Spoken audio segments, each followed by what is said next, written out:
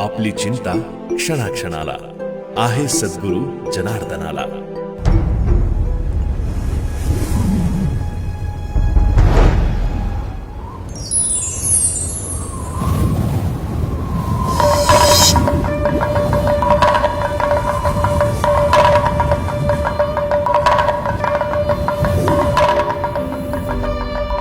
कहते हैं उचित और अहम कारण की वजह से भगवान मनुष्य के रूप में धरती पर जन्म लेकर इस पावन धरती की बिगड़ी हालत को सुधारने और मानवता को आशीर्वाद देने की इच्छा के कारण ही वे इस मृत्यु लोक में अवतार लेते हैं।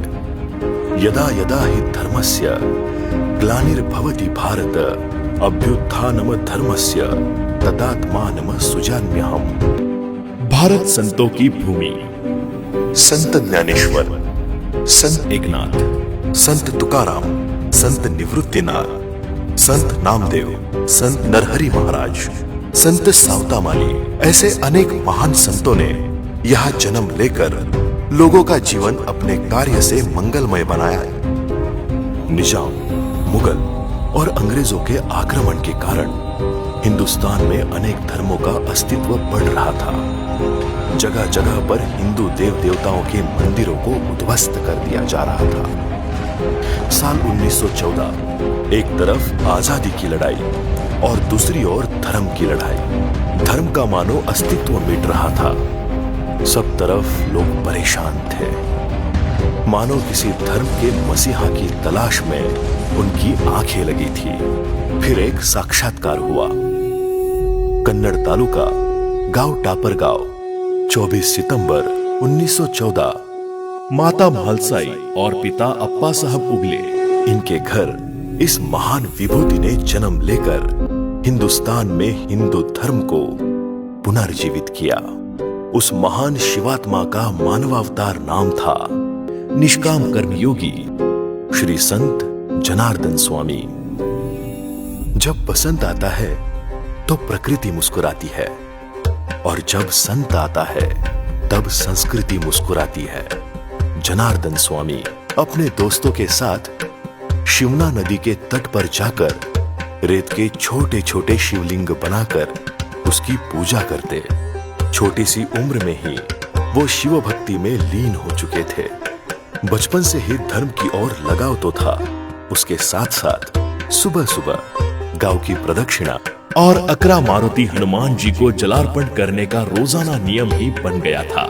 काम, माता और भक्ति यही उनके जीवन में महत्वपूर्ण अंग थे। घर में भक्ति को होते हुए विरोध के कारण वो दुखी रहते थे। अब वो करंज गांव में आकर श्री माणिक शेठ झांबड़ के घर में वास्तव करने लगे थे। उनकी खेती का काम भी संभालने लगे। काम के साथ साथ वे लोगों में गीता, भागवत और हरिपाठ पहुंचाने का धार्मिक कार्य भी करने लगे थे। माणिक शेठ बड़े धार्मिक थे। विट्ठल का दर्शन लेने पंढरपुर गए। चंद्रभागा नदी में स्नान करके जैसे ही वे बाहर निकले तो जनार्दन उन्हें विट्ठल का दर्शन लेकर जाते हुए दिखे। कुछ देर वे संभ्रम के मारे हक्का बक्का रह गए।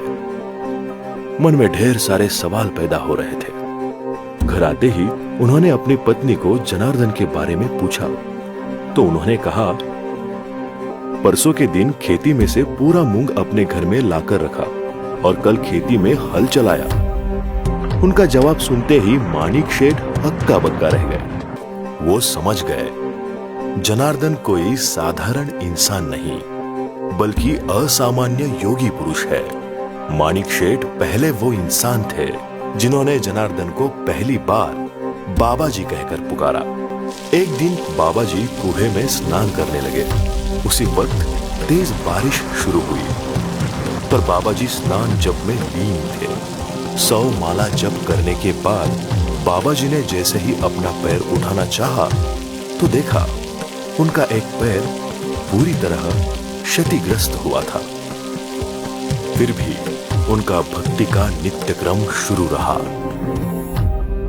बाबा जी अब वापस दहेगांव आ गए। अब दहेगांव में भी धर्म का काम शुरू किया, पर परेशानियां उनका इम्तिहान ले रही थी। और एक दिन मानो उनकी आत्मा उनके शरीर से बेघर हो गई। माता मालसाई का देहांत हो गया। अब तो उनकी मानो दुनिया ही उजड़ गई। वो अंदर सुलह गए। 34 वर्ष की उम्र में बाबा जी ने योगाभ्यास, यजुर्वेद, सामवेद और योग अध्ययन पूरा करके तीव्र तपश्चर्या का भी आरंभ कर दिया।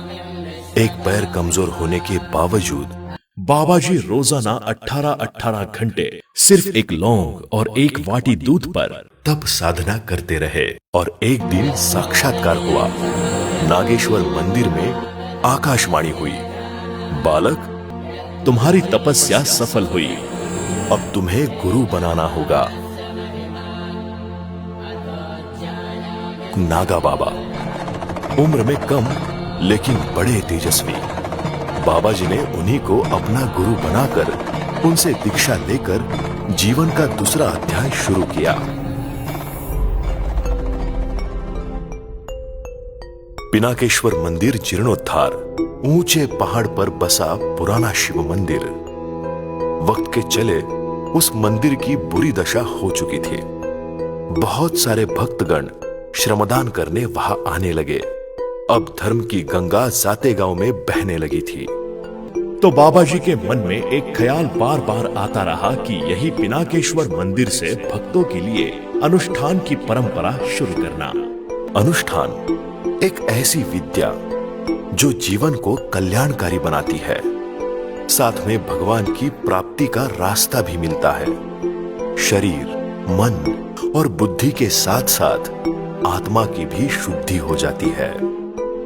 पर धन, परान्न, पर निंदा और परस्त्री, इन चारों का त्याग। वैदिक पर्व काल में सिर्फ ऋषि मुनियों द्वारा की जाने वाली जप, तप और अनुष्ठान प्राचीन परंपरा को आम इंसान तक पहुंचाने का महान कार्य बाबा जी ने शुरू किया।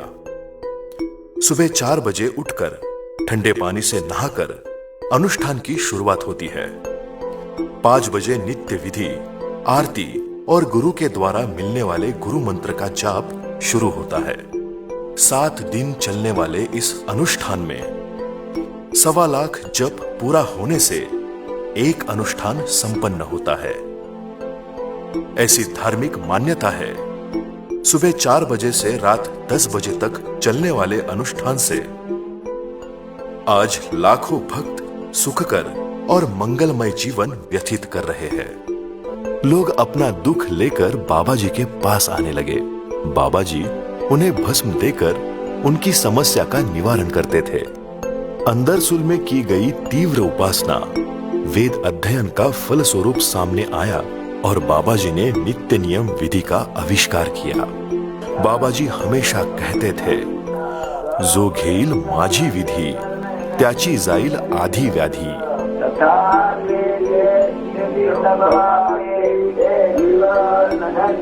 आगे लक्ष्य था वेरूळ। बाबा जी वेरूळ आकर बसे। दान, दक्षिणा और श्रमदान से सिद्धेश्वर मंदिर का काम आरंभ हुआ। साथ ही में बाबा जी ने खेती की अहमियत को जानते हुए वहां पड़ी बंजर जमीन को लोगों के श्रमदान से उपजाऊ कर लिया। श्रमदान बाबा जी के कार्य का महत्वपूर्ण अंग। बाबा जी हमेशा कहते थे, माता हमें दुनिया दिखाती है, तो श्रमदान के निष्काम सेवा से अंतकरण शुद्ध होता है। साथ ही में शारीरिक स्वास्थ्य भी मिलता है। भक्ति हमें भगवान से मिलवाती है। एक महत्वपूर्ण कार्य बाबा जी जानते थे, पढ़ाई। जिस तरह भगवान श्री राम ने गुरु वशिष्ठ मुनि, भगवान श्री कृष्ण ने संदीपानी ऋषि से विद्या संपादन की, वही लुप्त हुई गुरुकुल परंपरा को बाबा जी ने शुरू करके पाठशाला का निर्माण किया। उनका संकल्प था कि पढ़ाई के साथ साथ संस्कार भी बच्चों पर होने जरूरी है। इसी के चलते बाबा जी ने वेरूळ में पाठशाला का निर्माण किया, जो आज प्राथमिक, माध्यमिक और उच्च माध्यमिक का रूप धारण कर चुकी है। बाबा जी का संकल्प था, 12 शिवालयों का जीर्णोद्धार, पंढरपुर और काशी में भक्तों के लिए आश्रम। उसी के चलते बाबा जी ने सिद्धेश्वर वेरूळ, जनेश्वर महादेव मंदिर संभाजीनगर, पारेश्वर महादेव मंदिर पालखेड़, काशी विश्वेश्वर पुनतांबा, हृदयेश्वर महादेव मंदिर त्र्यंबकेश्वर, ऐसे 9 शिवालयों का काम बाबा जी ने पूरा किया। साथ ही में पाठशाला, आश्रम, बंजर जमीन उपजाऊ करने का काम भी पूरा हुआ। ऐसे अनेक महान कार्य बाबा जी द्वारा किए जा रहे थे। गाय से क्या नाता है? गाय तो हमारी माता है। गाय धर्म का प्रतीक। इसी गौ माता के सेवा के लिए आश्रम में एक मंगलमय परंपरा का सूत्रपात हुआ और वेरूळ में गौ सेवा के लिए गौशाला का भी निर्माण बाबा जी ने किया। हिंदू संस्कृति में ऋषियों और संतों का महत्व भगवान स्वरूप माना जाता है। ऋषि सेवा एक ईश्वर सेवा मान्य है। इसी कारण से संतों के लिए निवास निर्माण किए। बाबा जी के मुख्य संकल्प है लोक कल्याणकारी अनुष्ठान, श्रमदान, अन्नदान, गौ माता पालन पोषण, गुरुकुल परंपरा का जतन करते हुए वेद पुराण का अध्ययन। ऋषि और कृषि यही ईश्वर सेवा है। ऐसे लोक कल्याणकारी कार्य का निर्माण करते हुए एक नए परिवार का निर्माण हुआ। जय बाबाजी भक्त परिवार।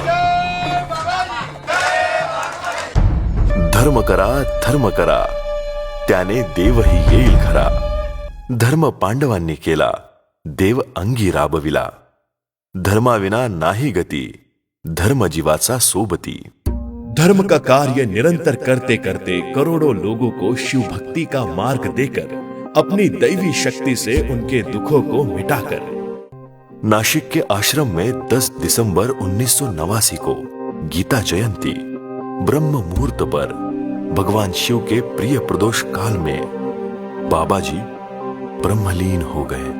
11 दिसंबर 1989 को सुबह लाखों भक्तगण और साधु संतों की उपस्थिति में बाबा जी को कोपरगांव आश्रम में समाधिस्थ किया गया।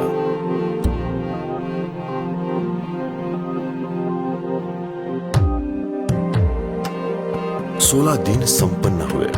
षोडशी उत्सव के समाप्ति पर बाबा जी के इच्छानुसार पट्टाभिषेक समारोह संपन्न होकर श्री संत परम पूज्य शांतिगिरी जी महाराज को उनका उत्तराधिकारी बनाया गया। साल 1975 नवंबर, त्र्यंबकेश्वर में कुछ लोग एक बालक को बाबा जी के पास लेकर आए। वजह थी उस बच्चे की आंखें चली गई थी। बाबा जी ने बच्चे से नाम पूछा। बाबू। बाबा जी ने विभूति पिलाकर कुछ विभूति आंखों को लगाकर 3 दिन वही रहने को कहा। 3 दिन बाद बाबू की आंखें एकदम ठीक हो गई। माता पिता को मानो आसमान छोटा सा लगने लगा। माता पिता बच्चे को घर ले जाने लगे तो बाबा जी ने कहा, बाबू को यही मेरे पास ही रहने दो। माता पिता कुछ उदास से हो गए। भगवान की लीला उसे इंसान कैसे समझ सकेगा। वही हुआ जो भगवान की इच्छा थी। वही बालक है श्री संत जनार्दन बाबा जी के उत्तराधिकारी, महामंडलेश्वर 1008 साक्षात प्रभु का अवतार स्वामी शांतिगिरी जी महाराज। स्वामी जी ने अपने गुरु की महिमा लोगों तक पहुंचाने का काम शुरू किया। साथ में अपने गुरु का संकल्प पूरा करने का काम भी शुरू हुआ। 8वें पुण्य स्मरण पर स्वामी जी ने बड़ा अनुष्ठान समारोह करने का संकल्प किया। 21,000 अनुष्ठाइयों को अनुष्ठान में सम्मिलित करना था, पर साक्षात्कार हुआ और 21 के बजाय 50,000 अनुष्ठाई अनुष्ठान में बैठे। यही गुरु की लीला थी। स्वामी जी ने 11वें पुण्य स्मरण पर 51,000 अनुष्ठाइयों को बिठाने का संकल्प किया और उसी दिन से मौन व्रत शुरू किया, जो आगे 9 साल तक जारी रहा। विश्व शांति समारोह का आयोजन हो रहा था। इसी के परिणाम स्वरूप गांव-गांव में बाबा जी का कार्य लोगों तक पहुंचने लगा। सिर्फ 2 साल में केवल महाराष्ट्र ही नहीं, बल्कि पूरा भारत बाबा जी के कार्य और महिमा से जुड़ गया। इसका जवाब मिला साल 2000 का विश्व शांति समारोह। 1,45,000 लोगों ने अनुष्ठान का लाभ उठाया तो हजारों भक्तों ने श्रमदान और अन्य धार्मिक कार्यों में सहभाग किया। अनेक संत महंतों ने श्री संत शांतिगिरी जी महाराज के इस महान कार्य को सम्मानित किया और आशीर्वाद देकर शुभकामनाएं भी दी। पूरा विश्व इस समारोह से हक्का बक्का रह गया। जुना पीठाधीश्वर आचार्य महामंडलेश्वर स्वामी अवधेशानंद गिरी जी महाराज ने इस महान कार्य के उपरांत श्री स्वामी शांतिगिरी जी महाराज को महामंडलेश्वर पट्टाभिषेक समारोह में 1008 महामंडलेश्वर पद बहाल किया। साल 2008 में हॉलैंड ने श्री स्वामी विवेकानंद अंतर्राष्ट्रीय हिंदू पुरस्कार से विश्व शांति दूत का खिताब वर्ल्ड पीस सेंटर सिंगापुर ने देकर स्वामी जी को सम्मानित किया। श्री संत स्वामी जनार्दन स्वामी जी के संकल्पानुसार स्वामी जी ने 3 मंदिरों का जीर्णोद्धार किया। उसमें नर्मदेश्वर महादेव मंदिर शिवपुरी, रुद्राएश्वर महादेव मंदिर नीमगांव और अमृतेश्वर महादेव मंदिर टुनकी, साथ ही साथ अपने गुरु के इच्छानुसार पंढरपुर और काशी में आश्रम का भी कार्य पूरा किया। अपने गुरु के कार्य को बढ़ाते हुए स्वामी जी ने एलोरा प्राथमिक, माध्यमिक, उच्च माध्यमिक, टुनकी, संवतगांव, महलगांव, उपखेड़ और वाराणसी उत्तर प्रदेश श्री संत जनार्दन स्वामी गुरुकुल का भी कार्य संपन्न किया। यहाँ छात्रों को शिक्षा के साथ साथ आध्यात्मिक शिक्षा के चलते संस्कार शिक्षा भी मिलती है।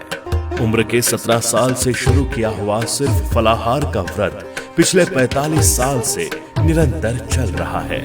ब्रह्म मुहूर्त पर उठकर स्नान आदि कर स्वामी जी योगाभ्यास और प्राणायाम करते हुए 5 बजे नित्य नियम विधि पूर्ण करके अपने गुरु के बताए हुए श्रमदान कार्य को पूरा कर 9 बजे स्वामी जी का पूजा, हवन, अग्नि कार्य संपन्न होता है। 9 बजे से शुरू होता है लोगों का दुख निवारण कार्य जो 1 बजे तक निरंतर चलता है। 1 बजे लोगों के दर्द का निवारण कर 1 बजे फिर से स्नान कर स्वामी जी हवन कार्य में जुट जाते हैं। आरती और सत्संग का आयोजन होता है। 10 बजे से सभी आश्रम, गुरुकुल आदि का जायजा लेकर स्वामी जी 11 बजे विश्राम के लिए अपने कुटिया में चले जाते हैं। आपली चिंता क्षणा क्षणाला आहे जगत गुरु स्वामी शांतिगिरींना। इस व्यस्तता के चलते स्वामी जी ने अपने गुरु के आशीर्वाद से 62 आश्रम, 7 गुरुकुलों का निर्माण किया। तो अभी कई जगह पर भक्तों के सुविधा के लिए और भी कार्य चल रहे हैं। नासिक में एक अभूतपूर्व शिवालय इसी कार्य का एक अंग है।